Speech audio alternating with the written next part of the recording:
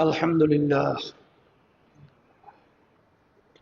الحمد لله وكفى وسلام على عباده الذين اصطفى أما بعد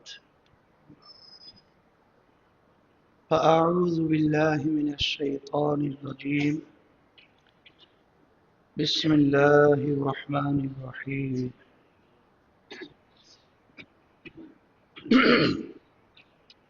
قد أفلح من زكاها وقد خاب من دساها صدق الله العلي العظيم درود شريف পড়ি اللهم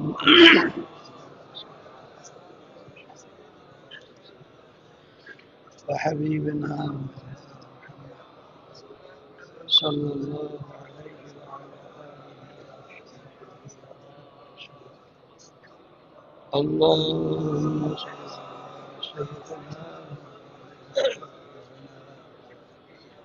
وحبيبنا ومولانا محمد صلى الله عليه وعلى آله وأصحابه اللهم صل على سيدنا وحبيبنا ومولانا محمد صلى الله عليه وعلى آله وأصحابه وبارك وسلم শুকরিয়া আদায় করতেছি মহান রব্বুল আলামিনের দরবারে। রব্বুল আলামিন পবিত্র রমজান মাসে বিশেষ করে তালিম তারবিয়াতে শিক্ষার সঙ্গে দীক্ষা, থিওরিক্যাল প্র্যাকটিক্যাল,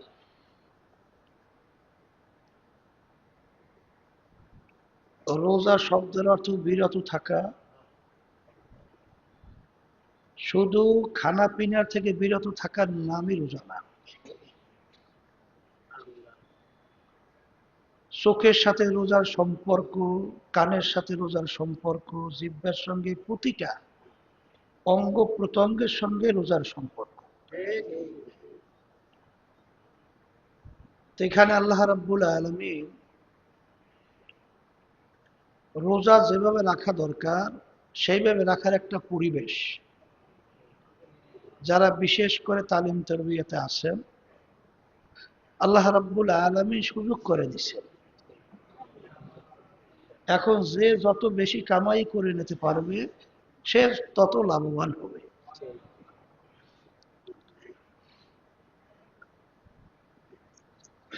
ওয়াকুনু মা'আস সাদিকিন, আল্লাহ রাব্বুল আলামিন সাদিকিন বান্দাদের সঙ্গী সাথী, তাদের সাথে সম্পর্ক রাখার জন্য বলছেন। এখানে আল্লাহর রহমতে যারা তালিম তারবিয়াতে আছে বিশেষ করে এই মাহওয়ালটা সাদিকিন বান্দাদের সংখ্যাই আল্লাহর রহমতে বেশি।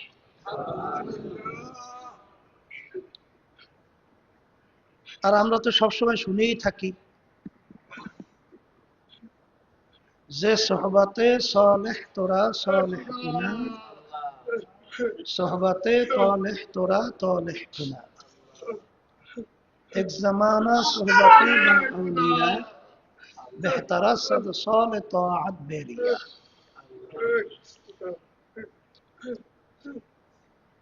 সৎসঙ্গে স্বর্গবাস, অসৎ সঙ্গে সর্বনাশ। কিতাবের ভিতরে আসছে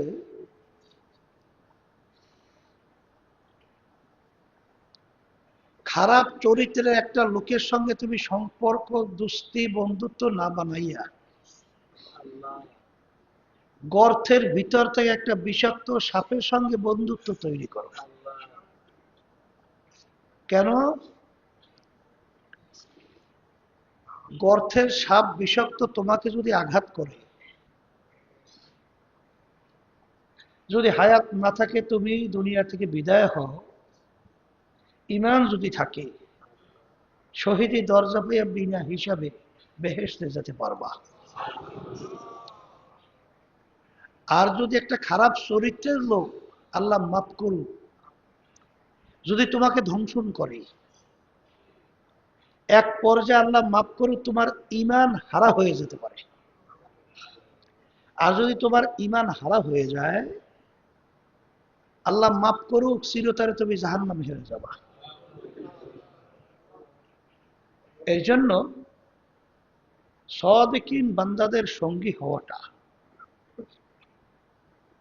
100 বছর নফল ইবাদত যেটা কবুল হয়ে গেছে, এটা একটা ওজন বুঝাবার জন্য, গুরুত্ব বুঝাবার জন্য কবি বলতেছেন, এক জামানা সোহবাতে বা আউলিয়া বেহতারা সাদ সালে তাআত বেরিয়া।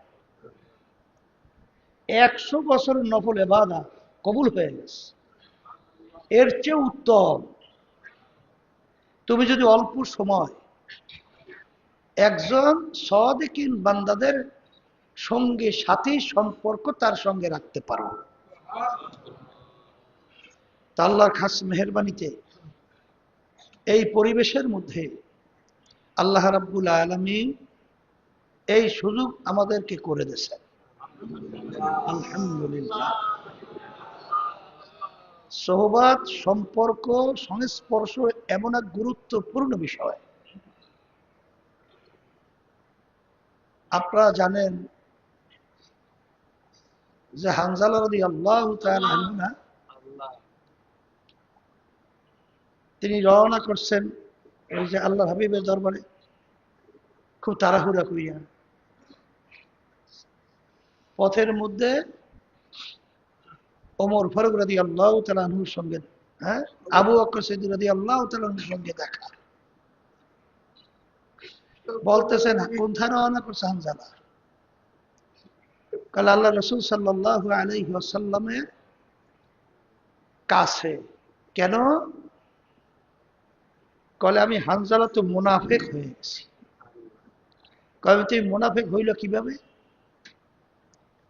কলে যখন আমি আল্লাহ রাসূল সাল্লাল্লাহু আলাইহি ওয়াসাল্লামের সামনে থাকি, তার সোহবাতে থাকি, তখন আমার দিলের হালাত, দিলের অবস্থা এরকম থাকে মনে হয় যেন জাহান্নাম বেহেশত আমার সামনে। কিন্তু যখন আল্লাহ রাসূল সাল্লাল্লাহু আলাইহি ওয়াসাল্লামের সংস্পর্শ সোহবাত থেকে আমি যখন সরে যাই, তখন এই অবস্থা আমার আর থাকে না। তাহলে আল্লাহর হাবিবের সামনে এক অবস্থা, বাহিরে আর এক অবস্থা। তাহলে এইটা তো মুনাফিকের চরিত্র। এই জন্য আমি মুনাফিক হয়ে গেছি। আবু বকর সিদ্দিক রাদিয়াল্লাহু তাআলা বলতেছেন, ভাই হানজালা, তাহলে আমিও তো মুনাফিক হয়ে গেছি, আমারও তো তোমার মতো একই হালাত, একই অবস্থা। চলো আমরা একসঙ্গে আল্লাহ হাবিবের কাছে যাই। যখন আসলেন আল্লাহ রাসূল সাল্লাল্লাহু আলাইহি ওয়াসাল্লাম, তাদেরকে দেখে মিসকি মিসকি হাসতেছে। হাইসা বলতেছেন, হানজালা, ওমর, আবু বকর, কেন আসছো? আল্লাহ রাসূল সাল্লাল্লাহু আলাইহি ওয়াসাল্লাম, আমরা তো মুনাফিক হয়ে গেছি। মুনাফিক হইলা কিভাবে? আপনার সামনে অবস্থা এক রকমের, বাহিরে আর এক অবস্থা। আল্লাহ সাল্লাল্লাহু আলাইহি ওয়াসাল্লাম বলতেছেন, এটা তোমরা মুনাফিক হও নাই। কারণ আমার সামনে থাকা অবস্থায় তোমাদের যে দিলের হালাত অবস্থা থাকে, এরকম সবসময় থাকলে রাস্তায় ফেরেশতা তোমাদের নিচে পাখা পায়ের নিচে বিছাইয়া দিত। এরকম অবস্থা সবসময় থাকবে না, আর কামনা করাও ঠিক না। তাইলে বোঝা গেল যে সোহবাত এমন এক গুরুত্বপূর্ণ বিষয়। একটা মানুষ ভালো সংস্পর্শের কারণে ফেরেশতার চরিত্র অর্জন হয়ে যায়, আর খারাপ সোহবাতের কারণে শয়তান ইবলিসের চরিত্র ওর ভিতরে ঢুকে যায়। কথা ঠিক না? তাহলে আল্লাহর খাস মেহেরবানিতে আল্লাহর কুতুব ফজলুল করিম রাহমাতুল্লাহি আলাইহি আব্বাজান, তিনি এই পরিবেশ কেন করে গেছেন? এই জন্য করে গেছেন যে কিছু আল্লাহর বান্দারা পর্দার আড়ালের মা বোনদের জন্য তালিম তরবিয়াতের ভিতরে পর্দা সহকারে দিনী আলোচনা শোনার পরিবেশ করতেন। এখনো আমরা করছি ওই মহিলা মাদ্রাসায়, আলহামদুলিল্লাহ, এরপর বিভিন্ন বাড়ি ঘরে। কিন্তু আমার মা বোনরা আসবেন ঠিক, কিন্তু খবরদার, আসছেন নেক কামাই করার জন্য, কিন্তু চলাফেরা, কথাবার্তা, চাল চলো এরকম না হয়, যেটাকে বেপরদা বলি, যেটাকে গুনার ক্ষেত্র তৈরি হয়, এরকম কেন আচরণ যেন আপনাদের থেকে প্রকাশ না পায়। শোনা যায় অনেক মা বোনের আলোচনা শুনতে আসেন, কোরআন এবং হাদিসের আলোচনা, দ্বীনি আলোচনা শুনতে আসেন, কিন্তু এত বেশি কথা বলে আবার ঝগড়া ঝাঁটিও নাকি করে, নাউযুবিল্লাহ। হ্যাঁ, আবার ঝগড়া ঝাঁটিও করে। আপনি এখানে আসছেন কেন? গুনাহ কামাই করার জন্য? শোনেন, মোমেন কখনো বোকা হতে পারবে না। মোমেন মোমেনাত, আল্লাহর বান্দা বান্দিরা কখনো বোকা হতে পারবে না, চালাক চতুর হতে হবে। দুনিয়ার ধোঁকাবাজির দিক থেকে চালাক চতুর না, আখেরাতের নেকের ব্যাপারে চালাক চতুর হতে হবে। কোন কাজের ভিতরে আমার নেক বাড়বে, আমি সুযোগ পাইছি, তা আমি নেক ছাড়বো কেন? আর কোন কাজে গুনাহ হবে, সেইটার ভিতরে আমি পড়বো কেন? তাহলে আমরা একটু ইচ্ছা করলেই, যদি আমরা এখানে আসছি, যদি সুন্দরভাবে খেয়াল সহকারে দিনী আলোচনাগুলো আমরা শুনতে থাকি, প্রতিটা মুহূর্ত আপনার আমার আমল নামে নেকি জমা হবে। আর যদি আপনি বইসে বইসা ঝগড়াঝাটি করেন, গিবত শিকায়াত করেন, হ্যাঁ, বেপরদা হন, জোরে আপনি কথা বলেন, যেই কথাগুলো অন্য পুরুষের কানে যায়, আপনি চলাফেরা এরকম পুরুষের কাজ দিয়ে আপনি চলেন যেটা পুরুষের আকর্ষণ বেকায়দা আপনার প্রতি যায়, আমার মা বোনরা রাস্তায় চলবেন, হাঁটবেন, কিন্তু আপনার তো সতর্ক থাকতে হবে। এই সতর্কতা যদি আপনি ভুল করেন, আসছেন নেক কামাই করতে, আমল নামে গুনে নিয়ে যাবেন। কিনে নিয়ে যাবেন গুনাহ। আর বিশেষ করে তালিম তরবিয়তে যারা আসেন, রাস্তার ভিতরে চলার ব্যাপারে সতর্ক অবস্থায় চলা, ডান দিক থেকে চলা সুন্নত। তারপরে রাস্তাঘাটের ভিতরে বিশেষ করে যদি কোনো খোদা না খাস্তা বেপরদা করে মহিলা পড়েই যায় চোখের সামনে, চক্ষু নিম্নগামী করিয়া চলা। আল্লাহ রাব্বুল আলামিন কোনো জিনিস তো কঠিন রাখে নাই, সবই তো সহজ করছে। সহজ করছে না? একটু খেয়াল করলেই আমরা সহজের ভিতরে নেক কামাই করতে পারি। এই জন্য বিশেষ করে এই তালিম তরবিয়াতে আমরা যারা আছি, সবসময় লক্ষ্য রাখা যে আমার চোখের মাধ্যমে কোনো যেন গুনাহ না হয়, আমার হাতের মাধ্যমে কেউ যেন কষ্ট না পায়, হারাম কোনো বস্তুর দিকে হাত না বাড়ে, গুনাহ যেন তৈরি না হয়। আমার কানের মাধ্যমে কোনো যেন গীবাত শিকায়াত, এই গীবাত এবং শিকায়াত অনেকে বসে বসে পর্দার আড়ালে মা বোনদের শুনছি, রমজানের মধ্যেও একজন আরেকজনের বিরুদ্ধে আপনারা সমালোচনা করেন, অন্যের দোষ ত্রুটি আলোচনা করেন। নিজের দোষের দিকে তাকাইছেন? মাঝে মাঝে একটু চক্ষু বন্ধ করে একটু মোরাকাবা করেন, নিজের দোষের দিকে তাকান। আরে নিজের দোষের দিকে তাকাইলে অন্যের দোষ দেখার সুযোগই তো নাই, কিন্তু আপনি অন্যের দোষ নিয়ে আলোচনা, পর্যালোচনায়, সমালোচনায় খুব ব্যস্ত। আমার আব্বাজান বলতেন গীবাত, চাউলের ভিতর ঘি দিয়া পাক করে, খুব স্বাদ হয়। তাই একজনের দোষ আর একজনের কাছে আলোচনা করতে খুব মজা হয়, এটা বাস্তব। আপনি আসছেন নেক কামাই করতে, কিন্তু এখানে গীবাত কইরা, গীবাত কাকে বলে? দোষ আছে, তার ভিতরে দোষ আছে, এইটা তার পিছনে আলোচনা করলে, এইটা শুনলে সে কষ্ট পায়। এই যে শুনলে সে কি পায়? কষ্ট পায়। এখন আপনিই তো বুঝেন যে কোন আলোচনা করলে সে কষ্ট পাবে। তার ভিতরে দোষ আছে, সেইটা যদি তার পিছনে আলোচনা করে, এইটাই গীবত। আর এইটার সংজ্ঞা সবসময় মাপকাঠি মনে রেখেন। আয়েশা সিদ্দিকা রাদিয়াল্লাহু তাআলা আনহা, আল্লাহর হাবিবের দরবারে এক মহিলা আসছিলেন। মহিলা যাওয়ার পরে আয়েশা সিদ্দিকা রাদিয়াল্লাহু তাআলা আনহা বলতেছিলেন আল্লাহ রাসূল সাল্লাল্লাহু আলাইহি ওয়াসাল্লামকে যে, ইয়া রাসূলুল্লাহ, হাবিবাল্লাহ, এই মহিলার তো একটু খাটো, মহিলা তো একটু খাটো। আল্লাহ রাসূল সাল্লাল্লাহু আলাইহি ওয়াসাল্লাম বলেন, আয়েশা রে, এটা তো গীবত হইছে। কি হইছে? গীবত হইছে। আয়েশা সিদ্দিকা রাদিয়াল্লাহু তাআলা আনহা বলতেছেন, হে আল্লাহ রাসূল সাল্লাল্লাহু আলাইহি ওয়াসাল্লাম, আসলেই তো মহিলা খাটো, এটা গীবত হইল কিভাবে? আল্লাহ রাসূল সাল্লাল্লাহু আলাইহি ওয়াসাল্লাম বললেন, আয়েশা, সে যদি শোনে যে তুমি বলছো মহিলাটা খাটো, আছে না এক ধরনের আমার মা বোনদের হয়তো দাঁত একটু বেঁকা টাকা থাকে, চক্ষু একটু টেরা থাকে, কান একটু বাঁকানো থাকে, অথবা যে কোনো একটা দোষ ত্রুটি থাকে, পুরুষদের মধ্যেও তো থাকে। এখন সেই দোষটা যদি আপনি আরেকজনের কাছে মজা মারিয়ে আলোচনা করে, তখন এই কথাটা শুনলে সে খুশি হইবে না বেজার হইবে? আপনিই বলেন বেজার হবে। দোষ তার ভিতরে ত্রুটিটা আছে, শুনলে কি পায়? কষ্ট পায়।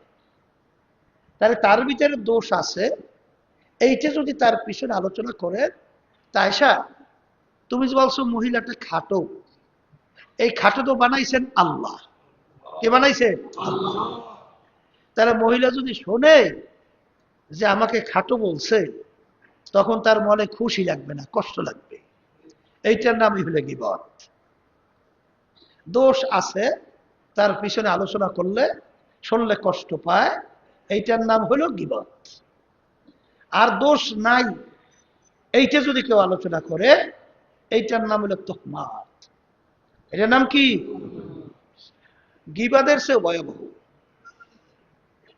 এই জন্য এক সাইড আমার মা বোনেরা আছে, পুরুষদের মধ্যেও আছে, বৈশা বৈশা অন্য কোনো কাজ তো নাই, বরঞ্চ আর একজনের দোষ চর্চা, আর একজনের দোষ আলোচনা।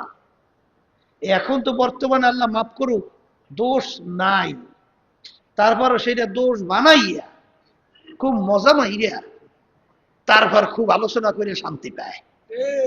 আছে না নাই? তুমি শান্তি পাও নাই, তোমার কপালটারে পড়ছো। মুসলিম রহমাতুল্লাহি আলাইহি, মুসলিম শরীফ শোনেন নাই? সিয়াসের যে 6টা কিতাবের নাম শুনছেন, এর ভিতরে বুখারী শরীফের নাম কি? মুসলিম শরীফ। এই মুসলিম শরীফের লেখক মুসলিম রহমাতুল্লাহি আলাইহি, তিনি বলতেছিলেন, কিয়ামতের ময়দানে আল্লাহ রাব্বুল আলামিন তো জিজ্ঞাসা করবেন, কি নিয়ে আসছো? হ্যাঁ, তিনি বলতেছেন আল্লাহ রাব্বুল আলামিনের কাছে আমি বলবো, মালিক, আমি কোনো গীবতের গুনাহ নিয়ে আসিনি, আমি কোনো গীবত এর গুনাহ নিয়ে আসিনি। কত বড় কঠিন কথা, কত বড় ওজনওয়ালা কথা। সে বলতেছে, আমি বলতে পারবো মালিকের কাছে আমি কোনো গীবত করি না। তাইলে আমরা যারা আলহামদুলিল্লাহ এই তরিকার সাথে জড়াইয়ে গেছি, আল্লাহ জড়ানোর তৌফিক দান করছে, যাদেরকে আল্লাহ রাব্বুল আলামিন দ্বীনের বুঝ দান করছে, এই তারা তো প্রতিটা হারাকাত সাকানাত কথা খুব সতর্ক অবস্থায় চলবে না, যে আমার কথার মাধ্যমে, এই আমার চাল চলনের মাধ্যমে কোনো মানুষ যেন কষ্ট না পায়, গীবত না হয়। তাই বিশেষ করে মা বোনদেরকে বলবো, খবরদার, গীবতের গুনাই কিন্তু দেখা যায় আমার মা বোনদের ভিতরে একটু বেশি বিভিন্ন জায়গা থেকে আমি শুনি, কারণ আমাদের ঘরের মধ্যেও তো মা বোনরা আছে, স্ত্রী আছে, মেয়েরা আছে। তখন মেয়েদের আচরণটা কি এটা তো আমরা জানি, আবার মহিলারা শুনলে কষ্ট পাইয়েন না, কারণ ব্যাপারটা হয়েছে এটা হইতে পারে, এটা হয়। মা বোনদের এরকম একটা তবিয়ত আছে। ওই আমার আব্বাজান রহমতুল্লাহ আলাইহি একটা ঘটনা বলতেন। কি বলতে, যে একটা ঘরের মধ্যে একটা সন্তান জন্মগ্রহণ করছে। সন্তানটা, বাচ্চাটা সুন্দর, বাচ্চাটা কি সুন্দর। এখন ওই বাড়িরই ওই বাচ্চাটাকে একজনে দেখছে, এক মহিলা। সে আর এক বাড়িতে গেছে, যাওয়ার পরে বলতেছে বুবু, মানে বুবু বলেন, বুঝলেন তো, আর এক মহিলার সম্বোধন করে যা বলে, বুয়া, বুবু, যা বলে, খালা, ভাবি, মামি, শুনছেন? কলে কি? কলে অমুক বাড়িতে একটা বাচ্চা হয়েছে, ধরেন একটা ছেলে বাচ্চা বা মেয়ে বাচ্চা। কলে শুনছি তো, বাচ্চাটা কেমন? কলে বাচ্চাটা সামলা। বাচ্চাটা কি? মানে সুন্দর বাচ্চাটা হয়ে গেছে কি সামলা। আচ্ছা, এরপরে সে শুনছে শ্যামলা, শ্যামলা হয় না? আচ্ছা, এরপরে সে গেছে আর এক বাড়িতে। শুনছেন বাবু? শুনছি। বাচ্চা হয়েছে? হয়েছে। কেমন? কলে কালো। মানে সুন্দর বাচ্চাটা এখন কোন পর্যায়ে আছে? এখন সে আর এক জায়গায় বসছে। শুনছেন তো? শুনছি। বাচ্চাটা কেমন? কলে একবারে কালো। এখন কালোরও তোমার ধরন আছে, এখন কালোটা বেশি। আচ্ছা, এরপরে আর একজনে গেছে, কলে জবর কালো। কলে কেমন জবর কালো? কলে পাইলার তলির মতো কালো। পাইলার তলি বুঝছেন তো? পাক করলে কালি লেগে পাইলার তলি কালো হয় না? ওই যে কাঠ দিয়ে পাক করলে গ্যাসের চুলায় বর্তমানে কম, আগের যুগে তো ওই লাকড়ি দিয়ে পাক করলে একেবারে কালো। সে শুনছে, শুনছেন বাচ্চা কেমন? শুনছি তো। কেমন?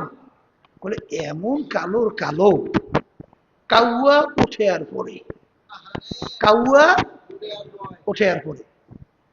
এক ধরনের কাউয়া দেখছেন না, কালোর সুরে ঝিল ধরে, ঝিল মানে রং ধরে, এত কালোর কালো।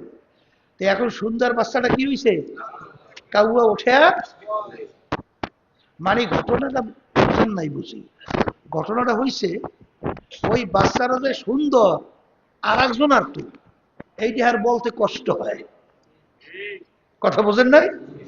এই মা বোনদের কিন্তু এক শ্রেণীর তবিয়ত আছে, আর একজনের বাচ্চা আর একজনের ব্যাপারে প্রশংসা করতে তার বড় কষ্ট হয়। এটা কিন্তু পুরুষের মধ্যেও আছে, খালি বুঝছে না যে মহিলাদের মধ্যে, এটা পুরুষের মধ্যেও আছে। আছে না? আছে, আলহামদুলিল্লাহ। এই জন্য যেই কথা বলতে চাইছিলাম, মা বোনদেরকে বিশেষ করে বলবো, এ আল্লাহর বান্দিরা, আসছেন কষ্ট করে বাড়ি করে কাজ করবো ফেলাইয়া, খবরদার চাল চলন কথাবার্তা শোনেন। কত বড় আশ্চর্য, আল্লাহ মাফ করুক। এই যে আমরা রমজান মাসে একটা ওই মানুষের চাউল টাউল দেওয়ার ব্যবস্থা করছি, কথা বোঝেন নাই? সেখানে বেশি লোক, এখন হয়তোবা একটা কার্ড দেওয়া কষ্ট হয়ে গেছে। তখন অনেক সময় বলা হয় যে আপনারা দুইজনে ভাগ করিয়ে নিয়ে। তাই শুনলাম বুড়া এক মহিলা, আল্লাহর বান্দি দুর্বল, আর এক একটু শক্ত মহিলা, হ্যাঁ বুড়া, সেও বুড়া, আর একজন একটু বেশি বুড়া, এই দুইজনের একটা কার্ড দেওয়া হয়েছে, আপনারা দুইজনে ভাগ করিয়ে নিয়ে। তাই বাসার ভিতর থেকে নামিয়ে আসছে, মানে মাইয়ে বলার মা আমাকে বলতেছে, কথা বুঝছে, যেই মহিলা একটু শক্ত আছে, ওই কাছাকাছি যাইয়া জাহান মাল নেবে, টপ করে হারে সরাইয়া মানে ধাক্কা দিচ্ছে নাকি আল্লাহ জানে। কলে কার তোমারে দেয় নাই, আমার এই দিছে। এই দেখো এই মহিলার ভালাইয়া এ চলে গেছে। এখন বোঝেন, এই যে মালটা সে নিল আর একজনেরটা, হারাম হয়েছে না হালাল হয়েছে? তাহলে দেখেন, সে তো ইমানদার দাবি করবে, মুসলমান দাবি করবে কিভাবে? যেখানে বলা হলো আপনি নেবেন অর্ধেক, সে নেবে অর্ধেক, আর সেখানে সুযোগ পাইয়া আর একজনকে দুর্বল পাই ভালাইয়া এই মহিলা বলে ঘরের মধ্যে যে ঠাস করে পড়িয়ে গেছে। কথা বুঝছেন? দুর্বল। আর আমার কাছে এসে মাই বলে মায় বলতেছে এই ঘটনা। কোন চরিত্র আল্লাহ আমাকে আমাদের সবাইকে মাফ করেন। আর কোরআনুল কারীমের ভিতরে আল্লাহ রাব্বুল আলামিন মুসলমানদের চরিত্র কি বলছে? ওয়ায়ুসিরুনা আলা আনফুসিহিম ওয়ালাউ কানা বিহিম খাসাসা। আল্লাহ রাব্বুল আলামিন মুসলমানদের চরিত্র কেমন, সাহাবায়ে কেরামদের চরিত্র কেমন ছিল, এইটা আল্লাহ রাব্বুল আলামিন কোরআনুল কারীমের আয়াতের মাধ্যমে আল্লাহ রাব্বুল আলামিন বলছেন যে মুসলমানদের চরিত্র হলো নিজের স্বার্থের চেয়ে তার অন্য ভাইয়ের স্বার্থে অগ্রাধিকার দেয়। এইটা হলো মুসলমানদের চরিত্র। এটা কি মুসলমানদের কি কি চরিত্র? নিজের স্বার্থের চেয়ে অন্য ভাইয়ের স্বার্থে অগ্রাধিকার দেয়। এইটাকে বলে কি? মুসলমানদের চরিত্র। এই ঘটনা তো আরো শুনছেন, ইয়ার মুখের যুদ্ধ। আবু জহম রাদিয়াল্লাহু তাআলা আনহু তিনি ঘটনা বর্ণনা করতেছেন, যুদ্ধের ময়দানে তার চাচাতো ভাই সহ অনেকে আহত অবস্থায় ময়দানে পড়ে আছে। তিনি চিন্তা করলেন, আমার চাচাতো ভাইকে দেখি আমি একটু পানি পান করে আসতে পারি কিনা। সে পানির মাস্ক নিয়ে বা পানির পাত্র নিয়ে যখন তার চাচাতো ভাইয়ের কাছে গেলেন, তাকে দেখে আহত অবস্থায় মাঠের ভিতরে তার চাচাতো ভাই পড়ে আছে। যখন তাকে পানির জন্য পানি দিলেন, পানি পান করবে, পানি পান করবে, এমন সময় দূর থেকে আর এক আল্লাহর বান্দা সে পানি বইলে চিৎকার মারিস, পানি বইলে চিৎকার মারিস। তখন চাচাতো ভাই তার পানি পান করবে, এই অবস্থায় বলতেছে যে ভাই, আমার চেয়ে আমার ভাইয়ের পানির বেশি প্রয়োজন, তুমি পানি তাকে পান করো। তিনি ওই সময় পানি পান করে নাই। পরবর্তীতে যখন নাকি আবু জহম রাদিয়াল্লাহু তাআলা আনহু তিনি দ্বিতীয় ব্যক্তির কাছে পানি নিয়ে গেলেন, তিনি পানি পান করবে, এমন সময় তৃতীয় আরাক আল্লাহর বান্দা আহত অবস্থায় মাঠে পড়ে আছে। সেও জোরে চিৎকার করে বলছেন পানি। তখন দ্বিতীয় আল্লাহর বান্দা বলতেছে, ভাই, আমার চেয়ে আমার ভাইয়ের পানির বেশি প্রয়োজন, তার কাছে নিয়ে যাও। যখন তিনি তার কাছে পানি নিয়ে গেল, যাইয়া দেখে ওই আল্লাহর বান্দা শাহাদত বরণ করছে, আর দুনিয়াতে নাই। সে তাড়াহুড়ো করে চলে আসছে দ্বিতীয় ভাইয়ের কাছে, আইসা দেখে তিনিও দুনিয়াতে নাই, শাহাদত বরণ করছে। তিনি তাড়াহুড়ো করে চলে আসছে তার চাচাতো ভাইয়ের কাছে, আইসা দেখে তিনিও দুনিয়াতে নাই, তিনিও শাহাদত বরণ করছে। আচ্ছা, এখন বলেন তো, এই ইন্তেকালের আগে আগে পানির পিপাসা তার কি পরিমাণ প্রয়োজন ছিল, ওই অবস্থায়ও আর এক ভাইয়ের স্বার্থ অগ্রাধিকার দিয়েছে। এই প্রশংসাই আল্লাহ রাব্বুল আলামিন এই আয়াত নাযিল করে, ওয়ায়ুসিরুনা আলা আনফুসিহিম ওয়ালাউ কানা বিহিম খাসাসা। সাহাবায়ে কেরামদের চরিত্র হলো নিজের স্বার্থের চেয়ে তার ভাইয়ের স্বার্থের অগ্রাধিকার দেয়। এইটা হলো মুসলমানদের চরিত্র। এখন আপনি আপনার নিজের দিকে তাকাইয়া বিবেচনা করেন, পর্দালে মা বোনরা আপনার নিজের দিকে তাকাইয়া বিবেচনা করেন যে আসলে আমি মুসলমানদের চরিত্রের ভিতরে আমার কোন চরিত্রটা আছে। এইটা শেখার জন্য, এইটা অবলম্বন করার জন্যই তো এই পীর মুরিদি বলেন, এই তরিকা বলেন, এই তালিম তারবিয়াত বলেন, এই মাহফিল বলেন, এই বিভিন্ন দিনই কাজের কার্যক্রম বলেন, সব এগুলা শুইনা শিক্ষা গ্রহণ করে আমল করার জন্যই তো বলা হয়। কথা ঠিক না? এর জন্য আমার ভাইদেরকে বলবো, পর্দা আলে মা বোনরা যারা আছেন, আসি তো কষ্ট করিয়া শুনি তো ঠিকই, কিন্তু আমলের নিয়াতে শুনি এবং আমল করার জন্য প্রস্তুতি গ্রহণ করি। কারণ আব্বাজান রহমাতুল্লাহি আলাইহি শোনেন, আল্লাহ রাব্বুল আলামিনের কাছে দরবারে পৌঁছা এবং নাজাত পেয়ে জান্নাতে যাওয়া, এই আল্লাহর বান্দার এত সহজ। চেষ্টা করা লাগে না? চেষ্টা করা লাগে না? আব্বাজান রহমাতুল্লাহি আলাইহি শুনছিলাম, তার একটা আমল, আমল মানে কাজ। একজন আলেম বলতেছিলেন, হুজুর আপনার এই আমলটা তো সুন্নাত তরিকা না, মানে সুন্নাত না। আব্বাজান রহমাতুল্লাহি আলাইহি বলছিলেন যে এই আমলটা সুন্নাত কিনা সেইটা এখন আমার জেহেনে ওইভাবে নাই।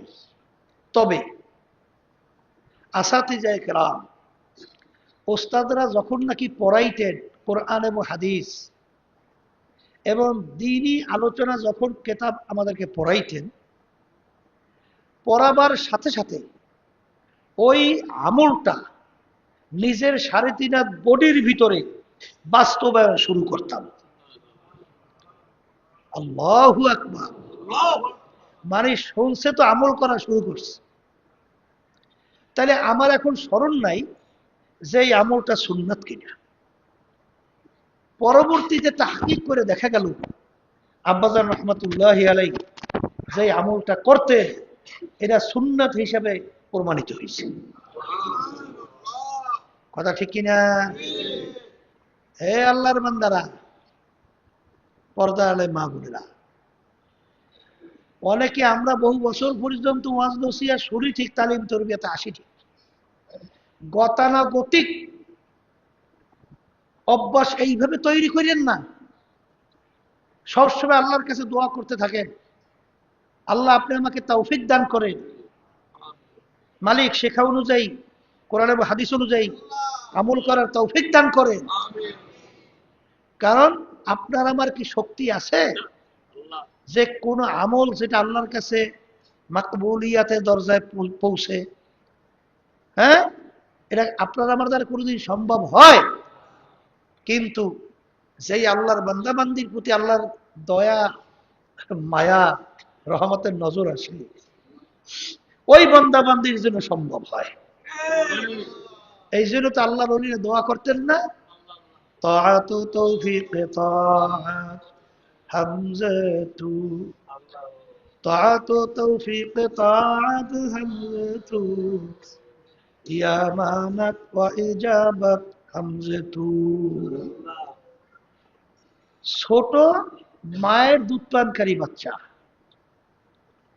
ওকে ও যে জোর করিয়া মাকে টাইনা দুধ পান করবে, এই শক্তি বাচ্চার আছে? নাই। কিন্তু বাচ্চার কিন্তু একটা অস্ত্র আছে। আর কি আছে? হাতিয়ার।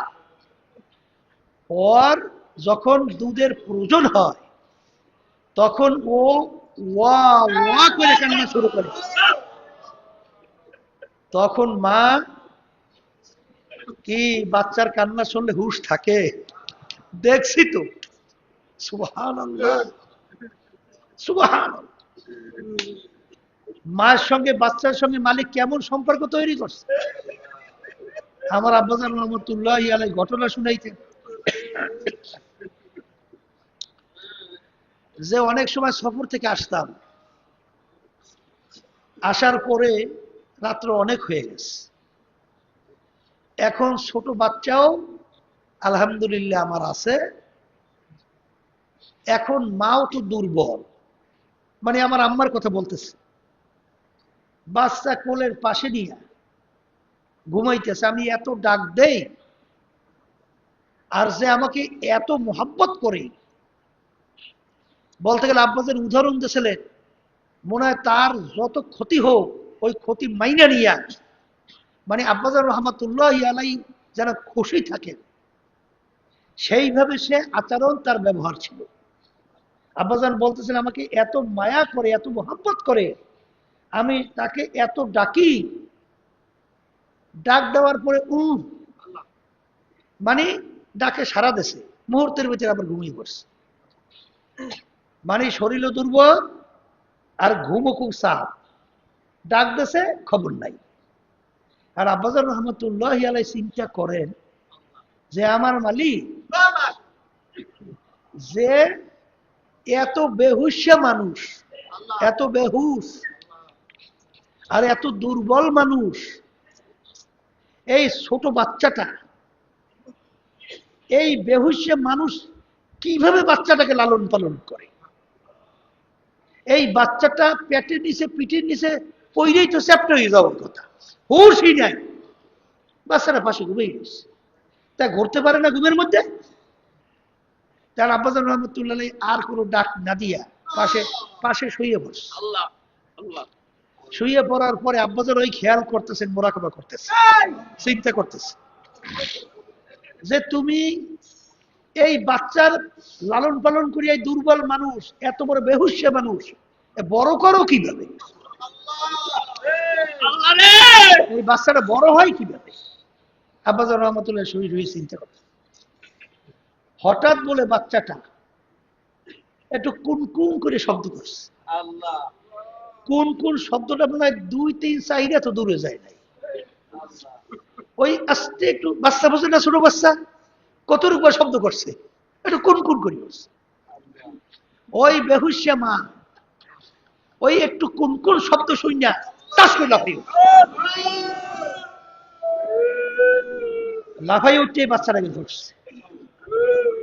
তখন আব্বাজান রহমতুল্লাহ আলাই 2 চোখের পানি ছেড়ে দিচ্ছে, ছাড়িয়ে দিয়ে তখন কান্দে আর বলতেছেন মালিক তোমার কুদরত, তুমি কিভাবে এই দুর্বল বাচ্চাটাকে, এই দুর্বল মানুষকে এই দুর্বল মার মাধ্যমে কিভাবে তুমি লালন পালন করে বড় করো, সব তোমার কুদরত। তাই যখন মা সন্তান ডাক দেয়, ওয়া ওয়া করে কান্দে, তখন মা কোনো কাজ করতে পারে? হাত থেকে ঠাস করে কাজ পড়িয়ে যায়, দৌড় দিয়ে সন্তানকে ধরে। সন্তানের গায়ে পায়খানা প্রস্রাব থাকে না? না থাকে না? পায়খানা প্রস্রাবে তো ভরা, কিন্তু মা কোনো সময় রাগ করে বাচ্চাটা ঢিলে হালাই দিছে? দেখছেন মনে কোনোদিন? হালাই তো দেয়। কি করছে? এই ধোয়াইয়া ফুসাইয়া, আবার কেমনে ধোয়ায় ঠান্ডা না লাগে, ঝামেলা না হয়, কত কষ্ট করে ধোয়াইয়া ফুসাইয়া কোলে নেয়, আদর করে। তাইলে সন্তান শক্তি নেই মাকে টানবে, কিন্তু মা দৌড়েই আসে। তাই কোনো বন্দাবান্দির শক্তি নাই, তার ইবাদতের মাধ্যমে আল্লাহ পর্যন্ত পৌঁছবে। কিন্তু আল্লাহ রাব্বুল আলামিন তো দয়ার সাগর, আমার মালিক তো মায়ার সাগর। হ্যাঁ, আর রহমান, আমার মালিক দয়ার সাগর, মায়ার সাগর। এই গুণা পাহাড় পরিমাণ হইছে, কিন্তু নৈরাশার কোনো কায়দা নাই, নৈরাশা করা যাবে না, নৈরাশ হওয়া যাবে না, কিন্তু আল্লাহ পর্যন্ত পৌঁছাও সম্ভব না। ইমাম গজ্জালী রহমাতুল্লাহি আলাইহি লিখছেন, আর আমাদের এই তরিকার মুরব্বী গঙ্গীর রহমাতুল্লাহি আলাইহি গালেন, তিনিও বলছেন যে আল্লাহ বান্দা বান্দির ভিতরে 70,000 মিল আছে। একটা পর্দা পার হইতে বান্দা বান্দির সময় লাগে বহু বছর কে বছর, সম্ভব না। কিন্তু যেই বান্দা বান্দির প্রতি আমার মালিকের দয়া আসে, মায়া আসে, মুহূর্তের ভিতরে টান দিয়ে কোলের ভিতরে কোলে টাইনে নিয়ে সমস্ত জীবনের গুনাহ খাতা মাফ করিয়ে দেয়। কি কথা ঠিক না বে ঠিক? হিসাবাই ইয়াসিরা কাকে বলে? আমল নামা আল্লাহ রাব্বুল আলামিন সামনে পেশ হবে না? এই আল্লাহ রাব্বুল আলামিন দেখি বান্দা যাও বেহেশতে যাও, হে আমার বান্দি বেহেশতে যাও। কিন্তু যদি জিজ্ঞাসা করিয়ে বসে এইটা করছো কেন, আর উপায় নাই, আর উপায় নাই। এই জন্য আল্লাহর ওলিরে দোয়া করতে, সাহাবায়ে কেরামরা দোয়া করতে, হে আমার দয়ার মালিক, আপনি আমাকে আমাদেরকে হিসাবাই ইয়াসীরা দান করেন। সবসময় দোয়া করবেন, ধরলে উপায় নাই। হিসাবাই ইয়াসীরা দয়া মায়া আসতে হইলে কি লাগবে? এই আল্লাহর বান্দারা, কোন মালিক তার গোলামের উপরে দয়াময় আসে কোন কোন গোলামের উপরে, কোন বান্দির উপরে? যখন মালিক বলে যে এইটা কর, এইটা করিস না, তখন মালিক তাকাইয়ে দেখে ওর সাধ্য অনুযায়ী চেষ্টা করছে, পারে নাই, চেষ্টায় ত্রুটি করে নাই, তখনই তার প্রতি মায়া এসে যায়। আর যখন বলবে এই ডান দিকে যা, ও উল্টো করে বাম দিকে যায়, বামে যা, ও যায় ডাইনে, সামনে যা, ও যায় পিছনে, পিছনে যা, সামনে। ওই গোলামের প্রতি মালিক খুশি না বেজার? বেজার। আল্লাহ রাব্বুল আলামিন আমাদেরকে দুনিয়ায় পাঠাইছে পরীক্ষার হলের মধ্যে। আমহিলহুম রুয়াইদা, কথা ঠিক না? স্বাধীনতা দান করছেন পরীক্ষার হলে, লিয়াবলুয়াকুম আইয়ুকুম আহসানু আমালা, পরীক্ষা নেওয়ার জন্য। ওয়া হাদাইনাহুম নাজদাইন, পরীক্ষার হলের ভিতরে মালিক দুইটা রাস্তা দেখাইছে এবং দুটো রাস্তায় চলার শক্তিও দান করছে। ওয়ালিল আফআলি ইখতিরিয়াতুন, এবং বান্দা বান্দিকে এটা আহলে সুন্নাত ওয়াল জামাআতের আকীদা শক্তি দান করছে। ভালো কাজ করার শক্তিও আছে, খারাপ কাজ করার শক্তিও আছে। যে পথে চলবা বাধা নাই, এলে পরীক্ষার হল থাকবে না। কথা বুঝাইতে পারছি? তাইলে তোমাকে ভালো রাস্তাও দেখাইছে, খারাপ রাস্তাও দেখাইছে। এখন তোমার ইচ্ছা, তুমি যদি ভালো রাস্তায় চলো, ওই রাস্তায় চলার শক্তি আল্লাহ দান করবে। আর যদি খারাপ রাস্তায় তুমি চলো, আল্লাহ বাধা দেবে না, ওই রাস্তায় চলার শক্তিও দান করবে। এখন আল্লাহ তাকাই তাকাই দেখে, যে বান্দা বান্দাকে বলছি এইটা কর, এইটা করিস না, এইটা ছাড়, এইটা ছাড়িস না। আর এইটা শিখাবার জন্যে আমি নবী রাসূল পাঠাইছি। নবী রাসূলের দায়িত্ব হইল পৌঁছাইয়া দেওয়া দাওয়াত। ঠিক তাদের এই দায়িত্ব আমরা পালন করবে নায়েবে রাসূলরা কিয়ামত পর্যন্ত। তাদেরও দায়িত্ব পৌঁছাইয়া দেওয়া, এইটা করো, এইটা ছাড়ো, এইটা কইরো না, এইটা ছাইরো না।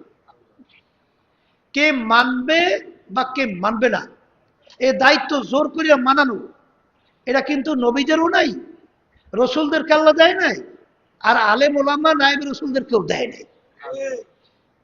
যদি দিত তাহলে আল্লাহ রসুলের চাচারা কি কাফির থাকতে পারতো? আত্মীয় স্বজনে কাফির থাকতে পারতো?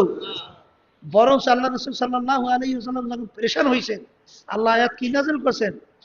আপনাকে বিমুসাইতি লাস্তা আলাইহিম বিমুসাইতি, আপনাকে তো আমি দারোগা কইরা জোর কইরা মানাবার জন্য আমি দায়িত্ব দেই, আমি আপনাকে পাঠাইছি শুধু দাওয়াত পৌঁছে দেওয়ার জন্য।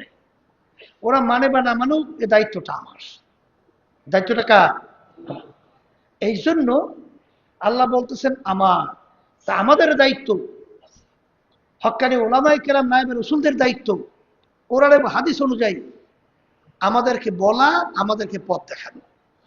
ওইটা না মানা মানা এটা আপনাদের দায়িত্ব।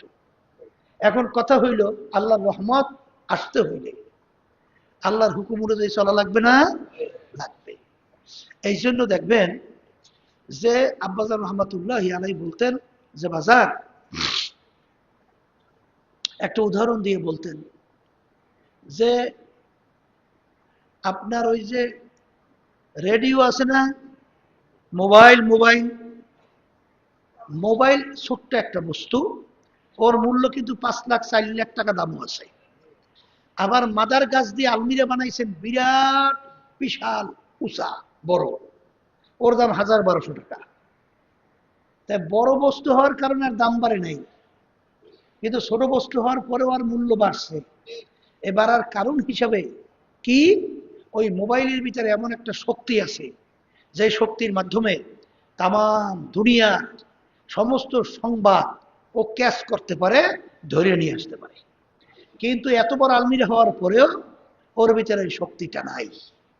তা আল্লাহ রাব্বুল আলামিন ওয়ালাকাদ কাররামনা বানি আদম, মানুষকে সর্বশ্রেষ্ঠ সম্মানিত করে আল্লাহ বানাইছে। আবার আল্লাহ রাব্বুল আলামিন বলেন উলাইকা কাল আনআম, কিন্তু এক শ্রেণীর মানুষ কিন্তু চতুষ্পায় জানোয়ারের মতো।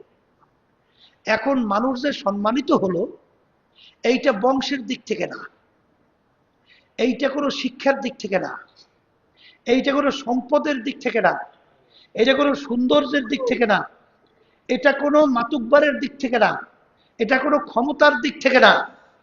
এইটা সম্মানিত হওয়ার মাধ্যমটা কি? আল্লাহ রাব্বুল আলামিন বলেন ইন্না আকরামাকুম ইনদাল্লাহি আতকাকুম, আমার কাছে সম্মানিত হো ওই আমার বান্দা বান্দি যার ভিতরে আমার ভয় পয়দা হবে। বলেন কি পয়দা হবে? আল্লাহর ভয় যার ভিতরে পয়দা হবে, আল্লাহ বলতেছেন সে আমার কাছে সম্মানিত। আর আল্লাহর ভয় ভিতরে পয়দা হওয়ার জন্য সবচেয়ে একটা বড় সুযোগ হলো রমজান মাস। বলে সুবহান। কারণ আমরা জানি যে অন্য ইবাদতের ভিতরে ঝামেলা থাকে, রোজার ভিতরে ঝামেলা থাকে না। নামাজ পড়েন তখন লা সলাতা ইল্লা বিহুজুরিল কালব, ওই নামাজ হবে না যেই নামাজে খুশু খুজু হুজুরি কালব থাকবে না, একাগ্রতা থাকবে না, আল্লাহমুখী দিলটা থাকবে না, নামাজের ভিতরে দিলটা আল্লাহমুখী হইয়া থাকবে না। এরকম যদি মুহূর্তের জন্য অবস্থান তৈরি না হয়, ওই নামাজ হবেই না। আল্লাহ রাসূল সাল্লাল্লাহু আলাইহি ওয়াসাল্লাম বলছে, কথাটা বুঝাতে পারছি? আর নামাজের ভিতরে একাগ্রতা খুশু খুজু থাকতে হবে। কথা ঠিক কিনা? এখন আপনি নামাজ তো পড়তেছেন, আপনি নামাজ পড়েন সর্বনাই এই মসজিদের মধ্যে, আর দেল রয়েছে ঢাকার মার্কেটে। কথা বলে না? দেল রয়েছে বিভিন্ন গুনার কাজে লিপ্ত এই শয়তানির মধ্যে। তা নামাজ পড়েন মসজিদে, দেল রয়েছে বিভিন্ন গুনার মধ্যে। আচ্ছা, নামাজ হয়? কথা বলেন না, নামাজ হবে? তাই নামাজ হবে না।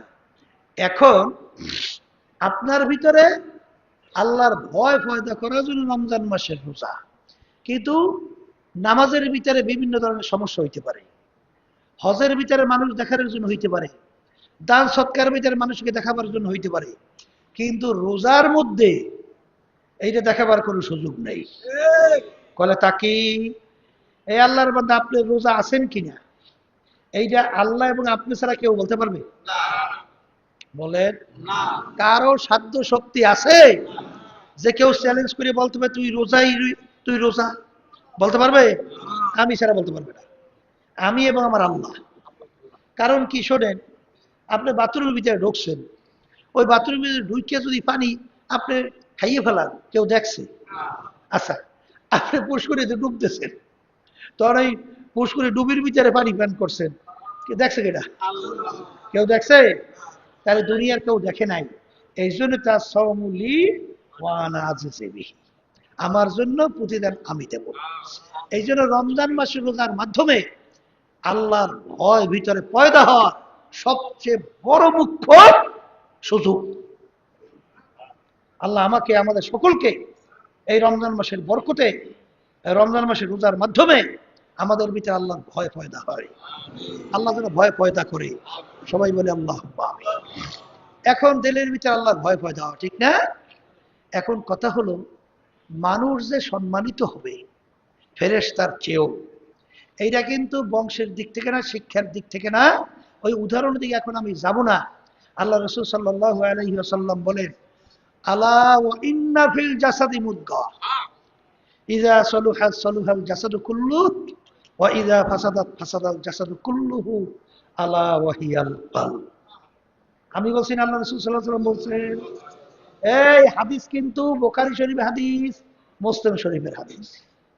কথা বুঝেন নাই? একেবারে সহিহ হাদিস। আলা ওয়া ইন্না ফিল জাসাদি মুদগা। এক শ্রেণী বর্তমানে বাইরেছে নামদা ইসলাম, ওরা আত্মশুদ্ধি কলবের ব্যাপারে কোনো গুরুত্বই নেই, আর সমস্ত বিবেচনা, সমস্ত বিচার, সমস্ত কিছু জাযা সাজা সব কিন্তু নির্ভর করবে কলবের উপরে ভিত্তি করে। কথা ঠিক কিনা? এই জন্য আমার বাজানদেরকে বলবো যে আল্লাহ রাব্বুল আলামিন, ইন্নাল্লাহা লা ইয়ানজুরু ইলা সুওয়ারিকুম ওয়া আমালিকুম ওয়ালাকিন ইয়ানজুরু ইলা নিয়াতিকুম ওয়া কুলুবিকুম আও কামা ক্বালা আলাইহিস সালাতু ওয়াস সালাম। আল্লাহ রাব্বুল আলামিন শুধু বান্দাবান্দির বাহ্যিক আমল দেখে না, আল্লাহ তাকাই থাকে বান্দাবান্দির কলবের দিকে। কথা ঠিক কিনা? তাইলে কলব পরিষ্কার করতে হবে। ক্বাদ আফলাহা মান যাক্কাহা ওয়া ক্বাদ খাবা মান দাসসাহা। যে আয়াত প্রথম তেলাওয়াত করে শুরু করছি, আল্লাহ রাব্বুল আলামিন কোরআনুল কারীম এক সূরার ভিতরে প্রায় 9-11 কসম করার পরে কয় কসম হয়? বলতেছে ক্বাদ আফলাহা মান যাক্কাহা ওয়া ক্বাদ খাবা মান দাসসাহা। এই আল্লাহর বান্দার পর্দালে মা বোনেরা, একই আল্লাহ কোরআনুল কারীমের মধ্যে বলছেন না, যারা ঈমান আনছে, যারা আল্লাহকে বিশ্বাস করেন, যারা আখিরাতকে বিশ্বাস করেন, যারা জাহান্নামের আযাবকে ভয় করেন, যারা বেহেশতে যাওয়ার আশা করেন, আল্লাহ রাব্বুল আলামিন গুরুত্ব বাড়াবার জন্য মায়ার কারণে প্রায় 9টা কসম 11টা কসম করার পরে আল্লাহ বলতেছেন ক্বাদ আফলাহা মান যাক্কাহা ওয়া ক্বাদ খাবা মান দাসসাহা। এই আমার বান্দা বান্দিরা, যারা আত্মাকে পবিত্র করতে পারবে, কলব আত্মাকে পরিষ্কার করতে পারবে, তারাই কামিয়াব হবে, নাজাত পেয়ে জান্নাতে যাবে। সুবহানাল্লাহ, আল্লাহুম্মা আমিন। আল্লাহ আমার জন্য, আমাদের সবার জন্য আত্মা পরিষ্কার করার তৌফিক দান করুন, কলব পরিষ্কার করার তৌফিক দান করুন। আর যারা বিভিন্ন আনন্দ ফুর্তিতে দিন রাত কাটাইতেছে, আল্লাহ মাফ করুক আমাকে এবং সবাইকে, আল্লাহ মাফ করুক। বেহেশতে যারা যাইতে চান, এই নির্বাচনের সময় খালি বেহেশত বিক্রি হয়েছে না? হ্যাঁ, দাড়ি নাই, টুপি নাই, ইসলামের পোশাক নাই, পর্দা নাই, মিথ্যা, মানে মুখে ফুলজুরি বাইরেতেই আছে, পা হইতে মাথা বলতে বলতে গেলে সব মিথ্যা, ধোঁকাবাজি, আবার বেহেশতের টিকিটও বিক্রি করে। এখন বেহেশতে যাওয়ার জন্য তো আল্লাহ রাব্বুল আলামিন শর্ত লাগাইছে, ইল্লা মান আতাল্লাহ বিকলবিন সালিম।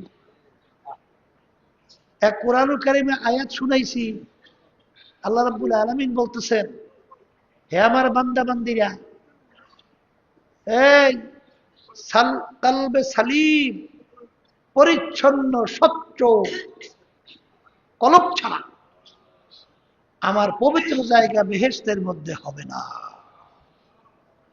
কে বলছেন? বলেন, বলছেন কি আল্লাহ? তাহলে কলব পরিষ্কার করতেই হবে।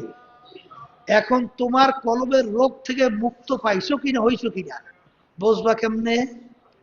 যখন তোমার অবস্থানটা মাসুম বাচ্চা, অর্থাৎ ছোট বাচ্চাদের কোনো গুনাহ আছে, যখন তোমার অবস্থাটা দিলের হইয়া যাবে মাসুম বাচ্চার মতো, তখন তুমি মনে কইরো আল্লাহর রহমতে তোমার আত্মশুদ্ধি আল্লাহর রহমতে হইছে।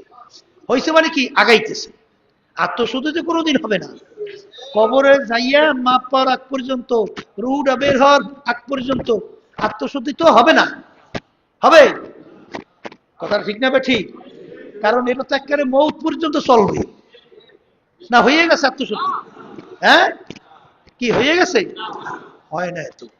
এই জন্য দেখবেন আল্লাহর ওলিরা, তাদের ইতিহাস পড়লে দেখবেন, ওই যে জুন্নুল মিসরি রহমাতুল্লাহি আলাইহি নাম শুনছেন, আসলে আল্লাহর ওলিদের আলোচনা এই জন্য করা হয়, তাদের থেকে উপদেশ গ্রহণ করা এবং তাদের পদাঙ্ক অনুসরণ করে আমাদের পথ চলা, আমাদের জীবনকে চালানো। কারণ এই তরিকার মূল উদ্দেশ্য কি? পীর মুরিদের উদ্দেশ্য কি? হুম্মত বলে, হিম্মত বলন্দ বলে, হিম্মত হিম্মত বলন্দ, খুলুসিয়াত ভিতরে পয়দা। অমুকে পারছে, আমি পারবো না কেন? আর যাহা কিছু করবো আল্লাহর জন্য করব। এই দুইটাই তো উদ্দেশ্য। এখানে দেখবেন অনেক আমার মুরব্বীরা বয়স বেশি, দুর্বল, তারা ইবাদতের ব্যাপারে দেখেন, তাদের দেখবেন এই তরিকার সবক আদায় করার ব্যাপারে দেখেন, দেখবেন সকাল সন্ধ্যায় আল্লাহর রহমতে তারা কিভাবে সবক আদায় করে। এরপরে দেখবেন তাদের ইবাদতের সব কেমনে বাড়ায়, এই যে একটা চেষ্টা দেখবেন, তখন আপনি বলবেন অমুকে যদি এত দুর্বল হওয়ার পরেও সে যদি পারে, আমি কেন পারবো না? আমি কেন? এই হিম্মত বলুন তো। আর খুলুসিয়াত ভিতরে পয়দা, আমি যাহা কিছু করব মানুষকে দেখাবার জন্য না। কারণ এই হাদিসের মধ্যে আসছে, কিয়ামতের ময়দানে আল্লাহ রাব্বুল আলামিন বিশেষ করে এমন একটা, ওই যে জাহান্নামের একটা অদি আছে ভয়াবহ, যেটার ব্যাপারে আপনার জাহান্নাম পর্যন্ত আল্লাহর কাছে পানা চায়। বিশেষ করে দুই শ্রেণীর লোকদেরকে ওই জায়গায় যন্ত্রণাদায়ক এবং ওই শাস্তি সেখানে আল্লাহ রাব্বুল আলামিন নিক্ষেপ করবে ফেরেশতাদের মাধ্যমে। তাই তার ভিতরে একটা হইল রিয়াকার। এক গ্রুপ কি রিয়াকার, বুঝেন? এটা কলবের সাথে সম্পর্ক, অন্যকে দেখাবার জন্য ইবাদত। বলেন বলেন, অন্যকে দেখাবার জন্য ইবাদত, এটাকে বলা হয় রিয়া। আল্লাহ আমাকে আপনি মাফ করেন, আমাদের সবাইকে মাফ করেন। কারণ অনেক সময় দেখা যায় যখন মানুষ দেখে তখন এই আমলটা করা হয়, আর যখন দেখে না তখন করা হয় না। এটা রিয়া। তবে রিয়ার কারণে এটা আসবে, রিয়া আসবে, ছাড়া যাবে না। এই কারণে ইবাদত ছাড়া যাবে না। এই আল্লাহ মাফ করুক, অনেক সময় নামাজের ভিতরে দেখছি অনেক আল্লাহর বন্দনা শব্দ করছেন, শরিয়ত অনুযায়ী, মাসালা অনুযায়ী আপনার নামাজ কিন্তু নষ্ট হয়ে গেছে। কথা বুঝেন না, বুঝেন নাই? এই জন্য আল্লাহর ওলিদের ইতিহাস দেখবেন, এই আমাদের এই তরিকার মুরব্বীদেরকে দেখবেন, অনেক সময় যদি হালাতে গোলবা জজবা, মানে এই যে হালাত যদি ব্যতিক্রম হইত, তখন তারা ভয় করতেন যে একক তো নামাজ যদি খোদা না খাস্তা, যদি কোনো কাজে আপনার ছুইটে যায়, সাইরে দেন, কত জাহান্নাম তার শেষ নাই। কিন্তু ইচ্ছা কইরা যদি কি এক ওয়াক্তের নামাজ অক্ত নিয়ে কাজা কইরা পড়ে, 2,88,00,000 বছর জাহান্নাম। তুমি দরবেশি করলা ঠিক, দরবেশ হইতে পারলা, কিন্তু তুমি তো জাহান্নাম কামাই করলা, খোদা না খাস্তা। তুমি যদি চেক দিতে পারো, দিতে দেও নাই। এই জন্য আল্লাহর ওলিরা তারা কিন্তু দেখতেন যে নামাজের ভিতরে খোদা না খাস্তা কোনো ধরেন ব্যতিক্রম হালাত হইলে ওই নামাজ তারা দ্বিতীয়বার পড়িয়ে নিত। আল্লাহ মাফ করুক, যারা যা দিলের খবর সে জানে, এটা তো আমরা জানি না। তবে হালাত ব্যতিক্রম হইতে পারে, সাহাবাই কেরামদের থেকেও আছে, এই ঘটনা আছে। কিন্তু এটা তো আপনি জানেন। কিন্তু ইচ্ছা করলে অনেক সময় মসজিদের ভিতরে দেখা যায় অনেকে হঠাৎ জোরে একটা শব্দ করছে, হে আল্লাহর বান্দা, মসজিদের ভিতরে জোরে শব্দ করছো, তোমার নেকি কাইটে গেছে, নেকি কাইটে গেছে। এখানে আসতে আমরা নেকি কামাই করার জন্য, নেকি কাটার জন্য তো আসিনি। এই জন্য খুব সতর্ক। হ্যাঁ, যদি কেউ এখতিয়ারের বাহিরে, নিজের এখতিয়ারের মধ্যে নাই, এই এখতিয়ারের বাহিরে তো কোনো মাসালা নাই, আছে? কথা কয় না, আছে? এটা কোনো মাসালা নাই। এই যে দিলের যে একটা অবস্থান, এটা কোনো মাসালা নেই, আছে? নাই। একটা লোক থাকতেই পারে। তাই সেই হিসেবে বলবো, রিয়া মানুষকে দেখাবার জন্য ইবাদত, খুব সতর্ক। আসতে পারে, ইবাদত ছাড়া যাবে না। কিন্তু সবসময় চেষ্টা করতে মালিক মানুষকে দেখাই আমার লাভ কি, মানুষকে দেখাই আমার লাভ কি।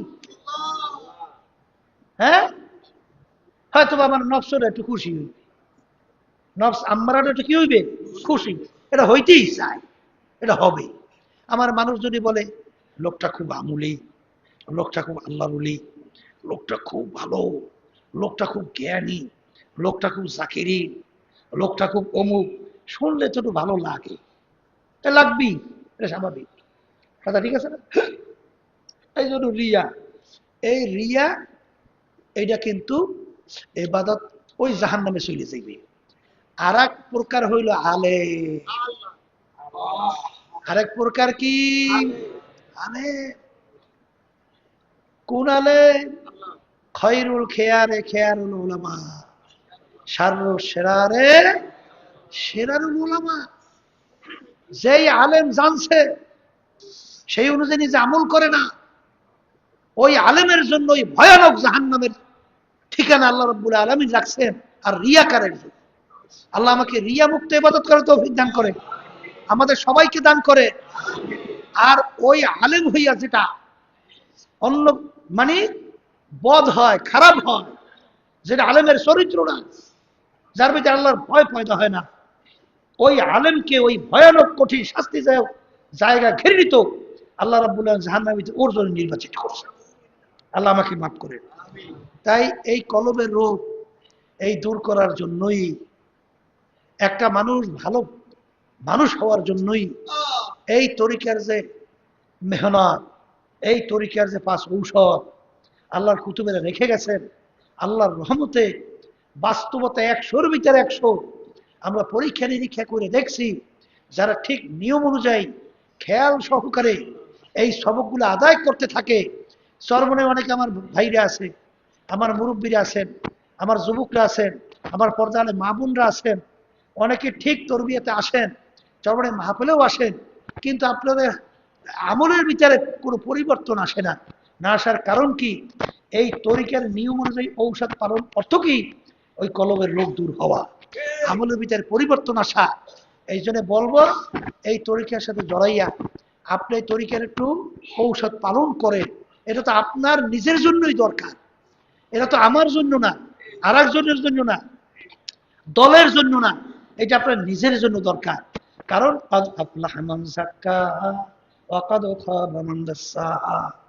আমার মালিক বলেন, যারা আত্মাকে কলবকে পরিষ্কার করতে পারবে তারাই নাজাত পাইয়া জান্নাতে চলে যাবে। আর এই কলব পরিষ্কার করার জন্যই, কলবের রূপ দূর করার জন্যই এই তরিকার ভিতরে 2টা পদ্ধতি, একটা হলো তরিকায় সুলুক, আর একটা হলো তরিকায় ইশক। তরিকায় সুলুক বলা হয় বাজান এই যে হক্কানি ওলামায়ে কেরাম, হক্কানি পীর বুজুর্গদের সাথে সম্পর্ক রাইখা তাদের সাথে একসঙ্গে ওঠা বসা কইরা, এক কথায় তাদের সোহবাতে থাইকা তারপর আত্মশুদ্ধি সহ আমল করা।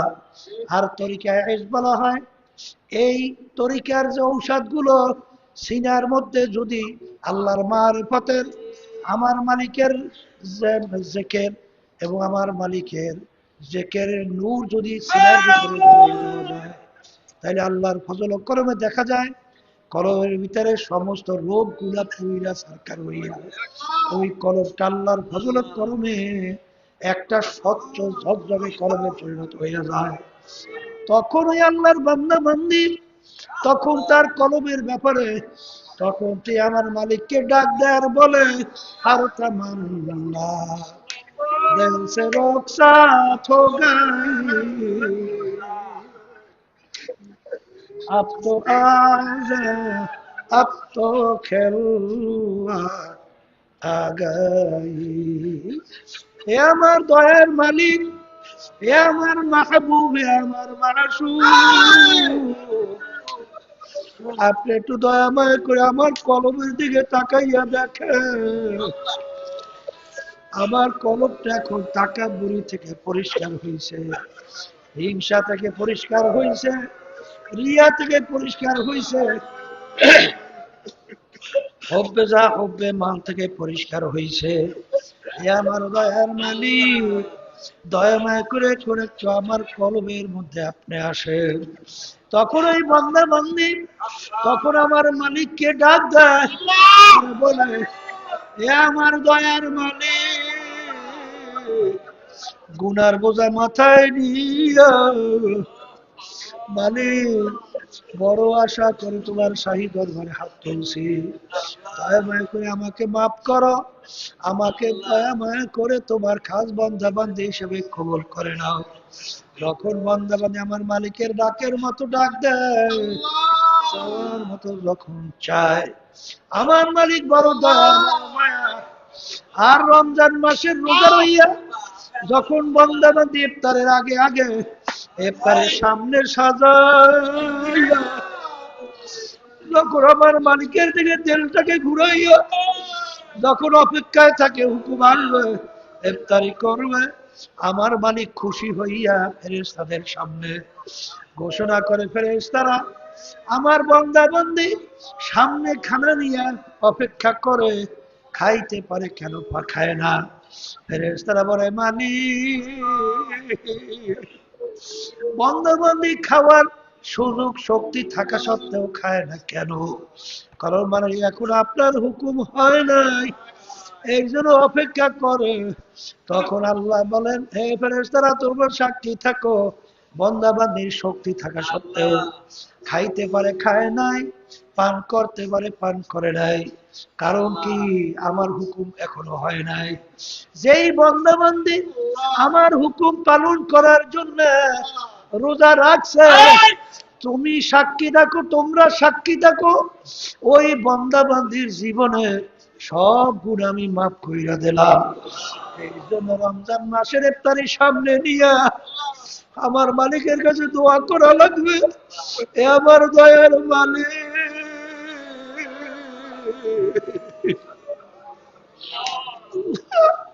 শয়তান এবং নফস আম্মারা এর জিনজের থেকে মুক্তি পাই না মালিক, আমরা বাঁচতে পারি না। এই জন্য আল্লামা সিস্তি রহমাতুল্লাহ আলাইহি, আরে আল্লাহু আকবার, আল্লাহু আকবার, আল্লাহু আকবার, কারিমা বেবখশা এবার হালিমা কে আসতা মাসিরে কামন্দে হওয়া। কি জানি শেখ সাদি রহমাতুল্লাহি আলাইহি বলেন, কারিমা বেবখশা এবার হালিমা কে আসতা মাসিরে কামন্দে হওয়া। আসলে চেষ্টা ছিল, চিন্তা ছিল, তাদের ভিতরে ঈমান ছিল, আল্লাহর ভয় ছিল, এই জন্য তারা কাঁদতেন। আর এত আল্লাহর ওলি, তারপর তিনি কান্দার বলে, কারিমা বেবখশা এবার হালিমা কে হাসতা মাসিরে কামন্দে হওয়া। হে আমার দয়ার মালিক, আমি নফসে আম্মারার জিনজির শিকলের ভিতরে আবদ্ধ হয়ে গেছি, দয়াময় করে আপনি এই নফসে আম্মারার জিনজির শিকল থেকে আপনি আমাকে পরিত্রাণ দেন।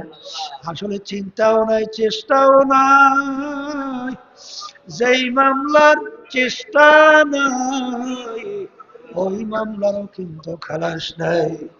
এই জন্য আল্লাহর ওলিদের ইতিহাস পড়লে দেখবেন, আল্লাহর কুতুব ফজলুল করিম রাহমাতুল্লাহি আলাইহি আব্বা জান দাদা জানের কথা শুনছে,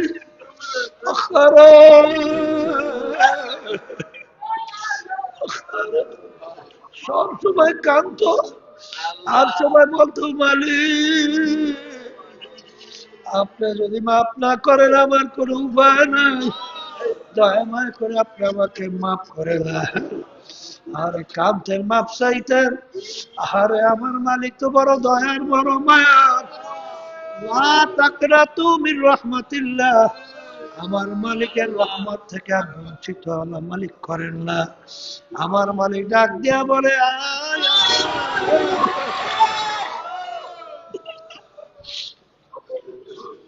বাজা বাজা হাসতে হাসতে বাজা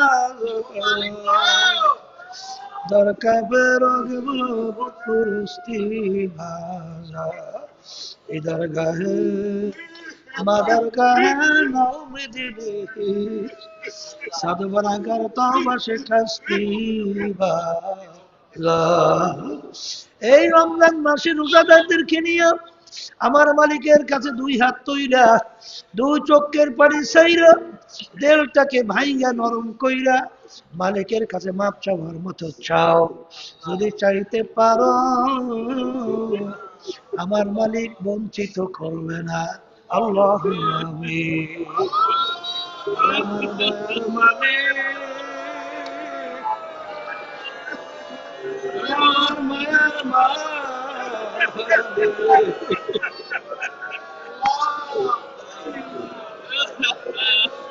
আজকে রহমতের 7 দিন যাইতেছে, জানি না রহমত পাইলাম কিনা।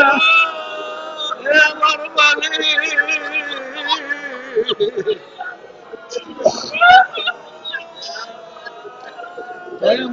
আপনি আমাদের মালিক, আপনি একটু তালিম তারবিয়াতের দিকে তাকাইয়া দেখে। সাদাদারি আমার বাবাদেরকে নিয়ে হাত তুললাম, কত হাত তুললাম, কত আপনার খান বন্ধাদেরকে নিয়ে হাত তুললাম, কত পর্দানের মা বোনদেরকে নিয়ে হাত তুললাম। সেই আপনার কাছে পছন্দ, ওই হাতের বরকতে দয়া মায়া করে আপনি আমাদের জীবনের গুনাহ মাফ করে দেন। আমার দয়ার মালিক, দয়া মায়া করে আপনি আমাদেরকে মাফ করে দেন। ফিরকে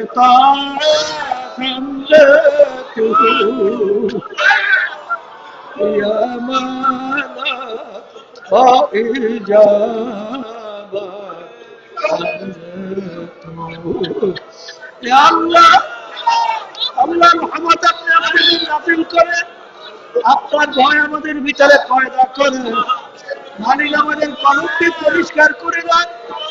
আল্লাহ আমাদের আম্মা আব্বা দাদা দাদু নানা নানা আত্মীয় স্বজন যত আমাদের মুজাহিদ ভাইরা ওই অন্ধকার কবরে শুয়ে আছে, সবার কবর দয়া মায়া করে